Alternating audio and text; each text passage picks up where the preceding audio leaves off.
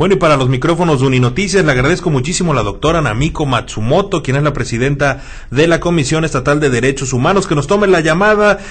Namiko, la Comisión Estatal de Derechos Humanos ha emitido una recomendación en contra de la Secretaría de Educación de Veracruz por actos de discriminación por parte de autoridades educativas del Colegio Americano de Jalapa, esto contra una menor que padece síndrome de Down. ¿Cómo está? Hola, muy buenas tardes y muy buenas tardes a tus radioescuchas. Efectivamente, como tú sabes, la Comisión Estatal de Derechos Humanos emite recomendaciones hacia las autoridades. Si bien es cierto que en este caso se trata de acciones u omisiones realizadas por un ente particular, en realidad la recomendación va dirigida a la SEP por haber sido omisa en su actuar, en investigar los hechos, en resolver la queja que fue interpuesta oportunamente por los padres de esta menor, y en ese sentido se hace una serie de recomendaciones.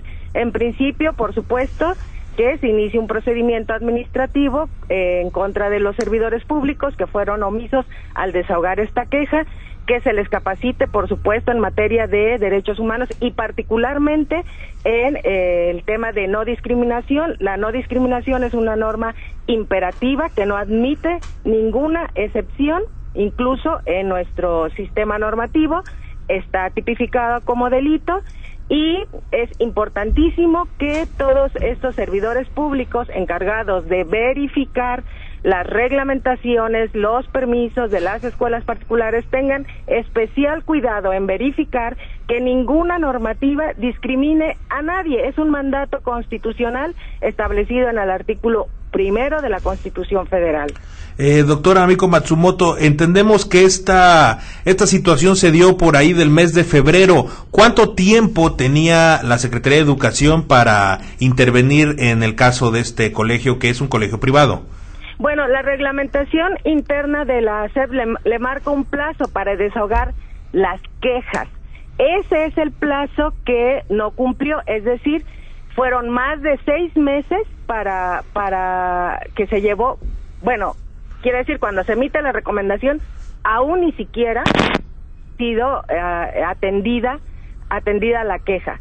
Sí. Y ahí, por supuesto, hay una dilación en los procedimientos que está obligado a realizar y a desahogar la Secretaría de Educación. Las instancias tienen siempre en su normativa interna plazos determinados para desahogar procedimientos específicos que sean los que la propia normativa pone a disposición de las personas para ejercitarlos cuando se sienten agraviados en un derecho. En el caso particular, incluso a la fecha de emisión de la recomendación, no había aún sido desahogado el procedimiento interno. Eso, por supuesto, también constituye una omisión por parte de las autoridades. A mí lo que me parece sumamente importante destacar es la absoluta necesidad que existe de que todos los servidores públicos de cualquier dependencia tengan perfectamente claro que los derechos humanos deben respetarse y garantizarse. Sí. No solo no vulnerarlos, sino generar y desplegar todas aquellas condiciones que sean necesarias para que efectivamente los ciudadanos estén en posibilidad de ejercer a plenitud sus derechos. Y es un tema del que la Comisión se está ocupando de manera particular. Al día de hoy, nosotros hemos tenido un impacto en más de 34,000 personas, incluidos servidores públicos, en un proceso constante y permanente de difusión y capacitación de los derechos humanos. Lo hemos hecho en 2 vertientes, no solo hacia los servidores públicos, que por supuesto es fundamental, como te señalaba anteriormente, sino también a los particulares, a los ciudadanos, a los veracruzanos. En la medida que tengamos una sociedad que conozca sus derechos, el alcance y contenido de cada uno de estos y las instancias y los procedimientos que tienen para hacerlos valer, me parece que en esa medida estaremos transitando hacia una cultura de respeto y garantía de los derechos humanos.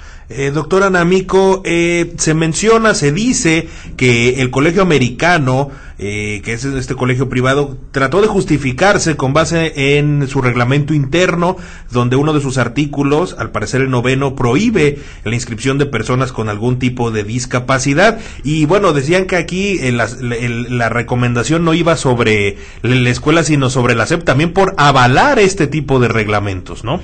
Hay una comisión específica dentro de la SEP que se encarga de verificar los reglamentos de las instituciones privadas. Como lo señalé al inicio de nuestra entrevista, nosotros emitimos recomendaciones a las autoridades, no a los particulares. Sí. Efectivamente, esta comisión que debió verificar que ninguna disposición del reglamento, no solo de esta institución en particular, sino de todas las instituciones a las cuales les otorgan permiso, que ninguna disposición choque o sea contraria o irrespete los derechos humanos.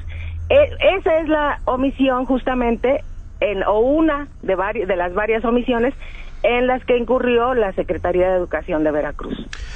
Doctora Ana Amico, en otros temas, ¿sí? La Comisión Nacional de Derechos Humanos ha emitido una acción de inconstitucionalidad, interpuso una acción de inconstitucionalidad contra pues el proyecto de la ley, la famosa ley del sí a la vida, que se aprobó hace unas cuantas semanas aquí en Veracruz, doctora. Ya no es un proyecto, es una reforma ya vigente, por eso tuvo la Comisión Nacional de Derechos Humanos la posibilidad de interponer esta acción de inconstitucionalidad, y asumo que por las mismas razones que la Comisión Estatal de Derechos Humanos en su oportunidad envió un documento al Congreso local donde se señalaban los estándares internacionales en materia de derechos de las mujeres que podrían colisionar con esa reforma.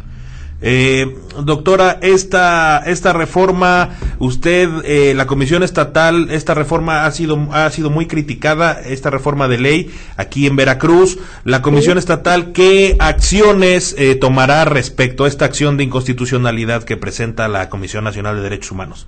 Bueno, mira, déjame decirte algo. Nosotros iniciamos un proceso de diálogo desde el mismo momento en que fue hecha la propuesta y que continuó incluso después de su aprobación en el segundo periodo de sesiones, con colectivos de mujeres, la propia Comisión Nacional de Derechos Humanos, la abogada encargada del tema de la Oficina del Alto Comisionado de las Naciones Unidas en México, con otras organizaciones defensoras de derechos humanos, entre ellas GIRE, que como tú sabes está dedicada especialmente a la defensa y promoción de los derechos sexuales y reproductivos de las mujeres y que tiene más de 25 años de experiencia en este tema.